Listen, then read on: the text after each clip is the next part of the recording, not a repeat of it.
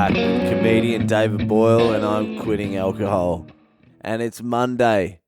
We're a couple of days into the second month of the year. That went fast, didn't it? All your New Year's resolutions are fucking horse shit now. Now you're at work, hungover, or coming down. You probably did Molly all weekend. Your jaw's probably still locked. Just gurning the fuck out of it. But don't worry, it's Monday. Things could be worse. No, they couldn't be. Monday's fucked. I'm going to restart my segment telling you about some shitty jobs I've had. The idea was I tell you about my shitty jobs that I've had, and it makes you feel better on Mondays about your shitty jobs. 'Cause I care. I care. And the job this week is again door-to-door sales. I did door-to-door sales for quite a long time. Longer than most human beings should do door-to-door sales. If you want your soul destroyed, if you want to lose faith in humanity, and if you want to crave death, do door-to-door sales for over 6 months, and you will lose all humanity. Everything human in you will die. So I did door-to-door sales for quite a long time. The first one, which I've already told you about in episode fuck knows what, that was with Hannah Marketing. That was doing Bridgestone car certificates. So I went to this new company.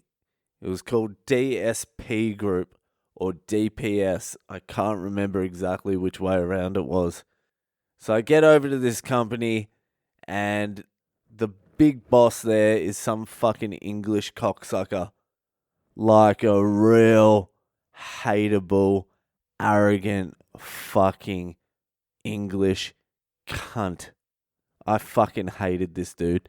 He was a fucking vapid, soulless salesman down to the fucking bone. So every morning this fucking cocksucker comes into the office. There's about 50 people there. And he holds the morning sales meeting. So he does that cult sales shit, knock on doors, 1,000 doors, hit that, all that fucking bullshit. And then at the end of it, he does like 5 minutes of stand-up every day. Killing in this office. And that made me hate him more.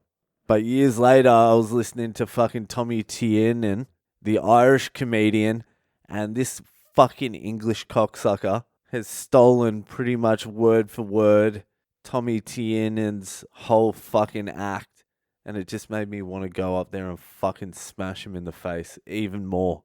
And he didn't like me either. I wasn't a sales superstar, let's put it that way. So at this company, we were selling Energy Australia contracts. How do I explain that? So what happened was, years ago, they deregulated electricity in Australia, and so any company could sell customers electricity. It used to be just one company.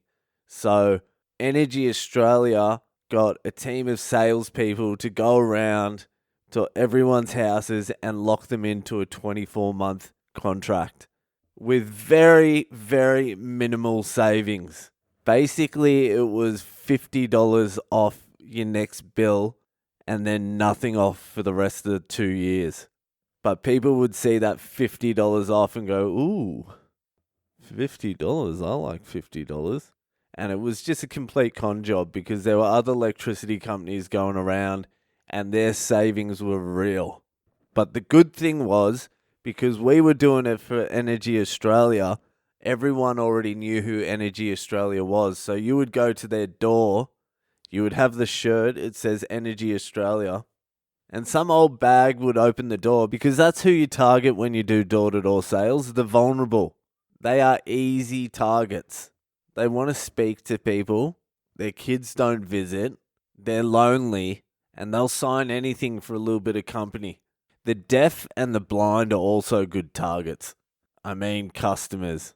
Yeah, so I would rock up to the door. Some old bag would answer the door. And I'd be like, hi, I'm David. I'm here from Energy Australia. And the old bag would be like, oh, is there something wrong with my electricity? I'm like, yeah, there is. You're paying too much. Now let me in your house, you old fucking bag. It was like that as well. Like, let me in. I'll just barge in. Oi, let me in. I'm having quite a hard time at the moment paying the bills. I'm like, yeah, well, I'm here to save you some money. Now, where's my tea? And I wouldn't mind a fucking cookie either. Obviously, I wasn't this bad, but I wasn't that far off either. I remember one old lady. She asked me like 5 times, is this a lock-in contract? Why does it say 24 months? I'm like, that's how long the savings last when you sign up with Energy Australia. But it says 24 months lock-in. I'm like, you fucking wily old bitch. Listen, look into my eyes. Look, it's not a lock-in contract. But that's what it was. You were just signing up fucking old people. And I fucking hated it. I continued to do it, but I fucking hated it. After 2 weeks of signing people up to fucking dodgy contracts, I'm like, yeah, I'm not that into this. So we would go out into the field and I would just start negging everyone out. Let's go for a drink. I was borrowing money from people to shout people drinks so we didn't go selling. Then my first pay came in and I had made quite a lot of sales. And what happened was there's a cooling off period to these contracts. So if you wanted to change your mind, you can call up and say, I don't want to be in this contract anymore. So my first pay came in and I was expecting a lot of money. They're like, no, over half of your contracts, people called up and cancelled. I'm like, really? They're like, really? I'm like, I didn't do that many dodgy contracts. Can you show me where the contracts were cancelled? They're like, they were cancelled. What do you want to know? I'm like, I want to know what customers cancelled them, whereabouts, and why the fuck I haven't got all my money. And so I'm having a fucking argument with this English cunt. And then after that, it was full on. I just started to try and bring down the whole fucking system. And it's not like they were paying me to be out there either. It was commission only. If you didn't sign up anyone, you didn't get fucking paid. I think it was like $15 a contract or something like that. I can't remember exactly. So one of the days I get dragged into the office with this fucking English cunt. And he's like, so what's been happening with the sales? I'm like, it's been tough out there, mate. Boy, has it been tough out there. He's like, well, you haven't made a sale in a week. I'm like, well, I am trying my hardest. I'm really trying my hardest. He's like, listen, David, we just think here at DPS Group, sales might not be your thing. I'm really sorry to say this. We're going to have to let you go. And I'm like, it's a commission-only job. And he's like, yes, we know that. I'm like, you don't pay me anything to go out. He's like, yes, we know that. I'm like, so what are you letting me go from? He's like, well, the thing is, you are actually a very negative influence on the rest of the people at this company. You are affecting sales across the board. We've put you with 3 different teams, and every team you've gone out with, sales have dropped. Every single team. I'm like, yeah, that makes sense. Yeah, nah, I get you. And that was the end of my fucking sales career. And here's a tip for anyone who's thinking about going into stand-up comedy.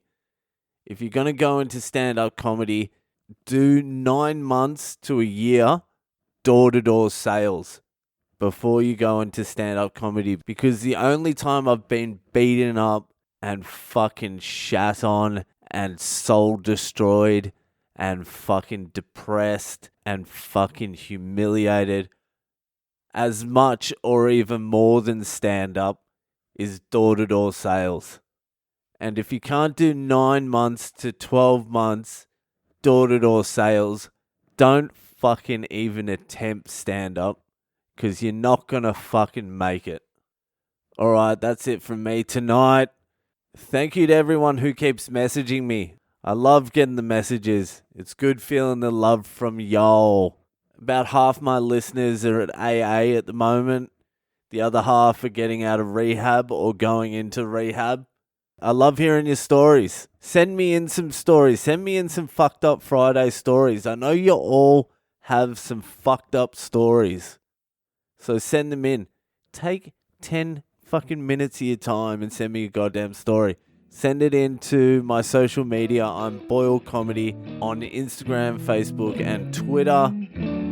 And if you're enjoying the podcast, rate, review, subscribe to it, and tell your friends about it, and see you the fuck later.